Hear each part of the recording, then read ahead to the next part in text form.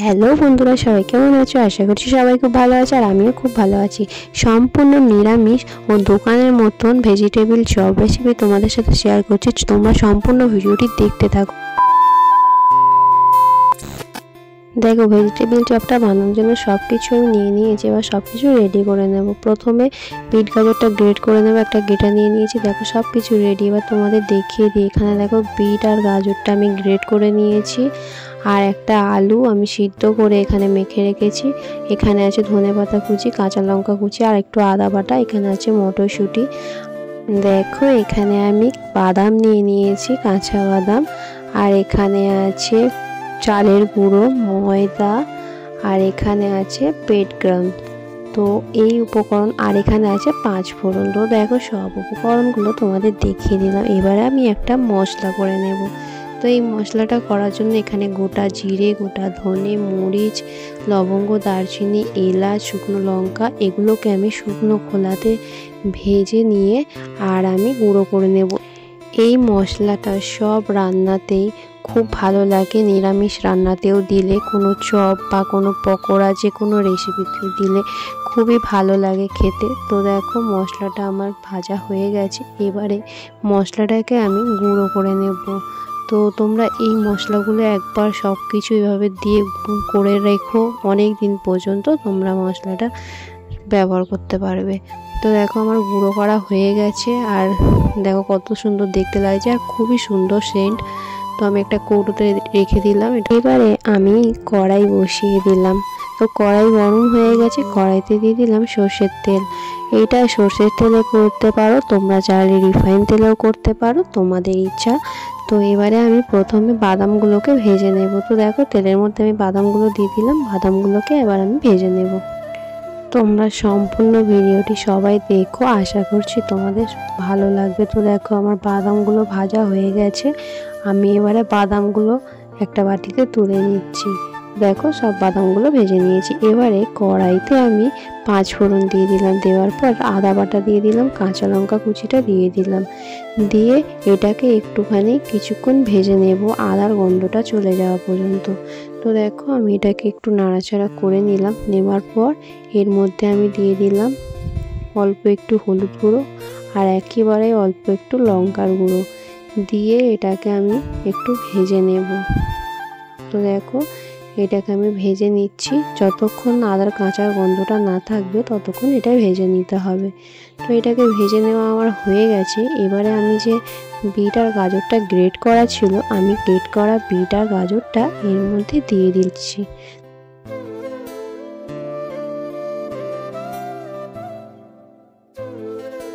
দেখো বিট আর গাজরটা আমার দেওয়ার পর আমি এটাকে কিছুক্ষণ ধরে খুব ভালো করে নাড়াচাড়া করে নেব। এটা খুব ভালো করে ভেজে নিতে হবে। তো একটু ঢাকা দিতে পারো, ঢাকা দিলে আর একটু নরম হয়ে যাবে। তো এভাবে করলে বেশি ভালো হয়, সিদ্ধ করলে ভালো লাগে না খেতে। তো এর মধ্যে আমি মটরশুঁটিগুলোও দিয়ে দিলাম, যেহেতু মটরশুঁটিগুলো একটু সিদ্ধ হবে ওই জন্য আগে থেকে দিয়ে দিলাম। তো দেখো এর মধ্যে অনেকটা জল জল ভাব আছে, এই জন্য আমি একটু ঢাকা দিয়ে দিলাম যাতে একটু তাড়াতাড়ি একটু নরম হয়ে যায়। তো দেখো এবার আমি ঢাকাটা খুলে দেখে নিলাম, বেশ অনেকটাই জলটা শুকনো হয়ে গেছে। তো এর মধ্যে আমি আলুটা দিয়ে দিচ্ছি। দেখো আলুটা দেওয়ার পর আমি এটাকে খুব ভালো করে মিশিয়ে নিচ্ছি বিট গাজরের সাথে। এবারে আমি এর মধ্যে পরিমাণ মতো লবণ দিয়ে দিলাম। তো পরিমাণ মতো লবণ দেওয়ার পর আমি এখানে ভেজে রাখা বাদামগুলোও দিয়ে দিলাম। তো ভেজে রাখা বাদামগুলো দেওয়ার পর আমি খুব ভালো করে এটাকে মিশিয়ে নেব। তো দেখো দেখতেই পাচ্ছ, আর এটা যখন রেডি হয়ে যাবে তখন অটোমেটিক কড়া থেকে দেখবে এটা ছেড়ে আসবে। তো আমি এখানে মিষ্টির জন্য অল্প পরিমাণ চিনি দিয়ে দিলাম। তো এটা তোমরা তোমাদের পরিমাণ মতো দিও, আমি খুব বেশি দিইনি, অল্প করেই দিয়েছি। তো দেখো চিনি দেওয়ার পর আমি এখানে ধনেপাতা কুচিটা দিয়ে দিলাম। ধনেপাতা কুচিটা দেওয়ার পর এবারেও খুব ভালো করে মিশিয়ে নিতে হবে। আর সবশেষে আমি যেই মশলাটা রেডি করে রেখেছিলাম সেই মশলাটা বড় চামচের 1 চামচ দিয়ে দিলাম। দেখো আমি মশলাটা ছড়িয়ে দিলাম, দিয়ে এবার খুব ভালো করে মিশিয়ে নিয়েছি। তো আমার এটা পুরোপুরি রেডি। দেখো কড়া থেকে পুরো ছেড়ে এসেছে, একটুও লেগে নেই। তো তখনই এটা জানবে যে এটা রেডি হয়ে গেছে। তো আমার এই পুরটা রেডি হয়ে গেছে। আমি এবারে একটা প্লেটে নামিয়ে নেব। এবারে এটাকে তুলে নেওয়ার পর আমি একটু ঠান্ডা করতে দেব। ঠান্ডা হওয়া পর্যন্ত আমি একটু অপেক্ষা করব। আর দেখো দেখতে কতটা সুন্দর লাগছে, আর এটা সুন্দর একটা ফ্লেভারও আসে, খুব ভালো লাগে। আর এভাবে একবার অবশ্যই বানিয়ে দেখো, তোমাদেরও ভালো লাগবে। তো দেখো এবারে ঠান্ডা হয়ে গেছে, একেবারে ঠান্ডা হলে ভালো লাগবে না, তো একটু হালকা গরম আছে। তো আমি এবারে এটাকে আমি চপের শেপে, ভেজিটেবল চপের শেপে করে নেব। তোমরা এটা তোমাদের শেপে দিও, মানে কেউ লম্বা, কেউ বড় ছোট, যে যেরকম সাইজের দিতে চাও সেরকমভাবে দিও। আমি নর্মালি একটা দিয়েছিলাম। আর এটা যেহেতু ব্রেড ক্রাম্বসে কোট করা হবে, তাই এটা খুব মোটা মোটা দিলে আরও বেশি মোটা হয়ে যাবে, সেই জন্য আমি খুব মোটা মোটা করিনি। তোমরা দেখে বুঝতে পারবে, আর পরেও দেখে বুঝতে পারবে। দেখো এখন যতটা দেখে মনে হচ্ছে, কিন্তু এটা পুরোপুরি রেডি হয়ে যাওয়ার পরে দেখবে কতটা সুন্দর। দেখো সবগুলো রেডি হয়ে গেছে। এবারে আমি একটু শুকনো ময়দা এটার মধ্যে মাখিয়ে নেব। যেহেতু এটা ব্যাটারে দেব, সেই জন্য একটু আগে শুকনো ময়দা মাখিয়ে নিচ্ছি। তো এভাবে তোমরা শুকনো ময়দা আগে মাখিয়ে নিও। দেখো আমি সব কটাতে একইভাবে শুকনো ময়দা মাখিয়ে নিয়েছি। এবারে আমি চাল গুঁড়ো আর ময়দার একটা ব্যাটার করে রেখেছি। তো তার মধ্যে আমি এগুলোকে দেব, দিয়ে আর ব্রেড ক্রাম্বসে কোট করে নেব। তো দেখো আমি ব্যাটারের মধ্যে দিয়ে তুলে নিয়ে ব্রেড ক্রাম্বসে কোট করে নিলাম। তো এটাকে তোমরা একবারও কোট করতে পারো, আর যদি দুবার করো জিনিসটা আরও বেশি ভালো হবে, বেশি মুচমুচে হবে, দেখতেও ভালো লাগবে আর খেতেও খুবই সুন্দর লাগবে। আমার প্রথমবার কোট করাটা কমপ্লিট। তো সবগুলোকে দেখো আমি সবগুলো একইভাবে কোট করে নিয়েছি। আর এতটা তো সবটা দেখানো সম্ভব না, আর ভিডিও অনেক বড় হয়ে যাবে। আমি তো বড় ভিডিও দিই না, ছোট ছোট ভিডিও দিই। তো আজকের ভিডিওটা হয়তো একটু বড়, তবে একেবারেই বড় না। তোমরা অবশ্যই পুরো ভিডিওটা দেখো।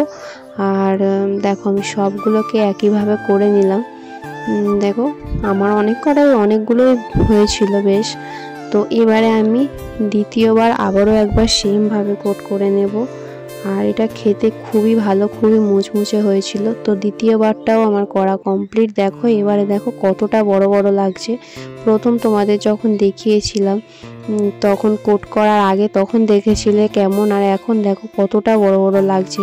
ওই জন্য যখন করবে তখন একটু ছোট, মানে মোটামুটি নর্মালি যেমন করবে, যেহেতু এইগুলো কোট করার পর অনেকটাই বড় হয়ে যায়। দেখো দেখতে কত সুন্দর লাগছে। আমি এটাকে প্রায় 1 ঘন্টার মতো রেখেছিলাম। তো তারপরে আমি এটাকে দেখো কড়াই বসিয়ে দিয়েছি। কড়াইতে দিয়ে দিচ্ছি রিফাইন তেল। তো চলো তেলটা গরম হোক, তারপরে এগুলোকে ভাজবো। দেখো আমার তেলটা গরম হয়ে গেছে। এবারে আমি চপগুলো ভেজে নেব। তো এগুলো যখন দেবে অবশ্যই গ্যাসের ফ্লেমটা কিন্তু লোতে করে দেবে, কারণ যেহেতু বিস্কুটের গুঁড়ো এটা গরম তেলের মধ্যে দিলে কিন্তু একেবারেই লাল হয়ে যাবে। তো দেখো আমি 4টে করে দিয়েছি, আমি বেশি একসাথে দিইনি। আর এটা কিন্তু ভাজতে অনেকটাই সময় লাগে, আমার প্রায় 7 থেকে 8 মিনিট টাইম লেগেছিল এগুলো ভাজতে। এটা সম্পূর্ণ একটা নিরামিষ রেসিপি। আর এভাবে বানালে কিন্তু খেতে খুবই ভালো, খুবই টেস্টি হয়। আর পুরো দোকানের মতো মুচমুচে তোমরা বাড়িতেই বানিয়ে ফেলতে পারবে।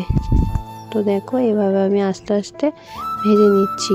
তো কতটা বড় বড় লাগছে দেখো। প্রথমে যখন দেখিয়েছিলাম তোমাদের, যখন মানে আমি শেপটা দিয়েছিলাম তখন কিন্তু কতটা ছোট লাগছিল, আর দেখো এখন কতটা বড় বড় লাগছে। দেখতে খুবই ভালো লাগছিল আর খেতে খুবই ভালো হয়েছিল। তো তোমরা অবশ্যই এভাবে ট্রাই করো, আর আমি যেমনভাবে বললাম তেমনভাবে করো, দেখবে তোমাদেরটাও খুবই ভালো হবে খেতে। তো আমার এইগুলো প্রায় ভাজা হয়ে এসেছে। দেখো ভাজা হয়ে গেছে। এবারে কালারটা দেখো পুরোটাই চেঞ্জ হয়ে গেছে। তো আমার ভাজাটা কমপ্লিট। এবার আমি একটা প্লেটের মধ্যে তুলে নেব। কেমন লাগছে দেখতে অবশ্যই তোমরা কমেন্টের মাধ্যমে জানাবে। আর কার কার ভেজিটেবিল চপ ভালো লাগে তারাও আমাকে অবশ্যই জানিও। দেখো কত সুন্দর দেখতে লাগছে আর বেশ বড় বড়। আমি এবারে দেখো একটা প্লেটের মধ্যে তুলে নিলাম। বাকিগুলো আমি একইভাবে ভেজে নিয়েছি। তো দেখো আমি বাকিগুলো ভাজাগুলো তোমাদের দেখিয়ে দিলাম। সবটা তো একইভাবে যেহেতু ভাজা, তাই আর নতুন করে দেখালাম না। তো তোমাদেরকে শেষটাই দেখিয়ে দিলাম যে সব কটা আমার ভাজা কমপ্লিট। এবার আমি এখানে দেখো একটু শসা, পেঁয়াজ আর একটু টমেটো সস আর একটু কাসুন্দির সাথে সার্ভ করে নিয়েছি।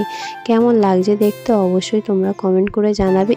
এই সঙ্গে তো স্যালাডটা অবশ্যই লাগে। তো চলো বন্ধুরা, আজকের মতো ভিডিওটা এখানেই শেষ করছি। সবাই খুব ভালো থেকো, সুস্থ থেকো, সাবধানে থেকো। আর কেমন লাগলো অবশ্যই কিন্তু তোমরা কমেন্টের মাধ্যমে জানাবে। আর অবশ্যই একটা করে লাইক করে দিও। Tata, bye bye.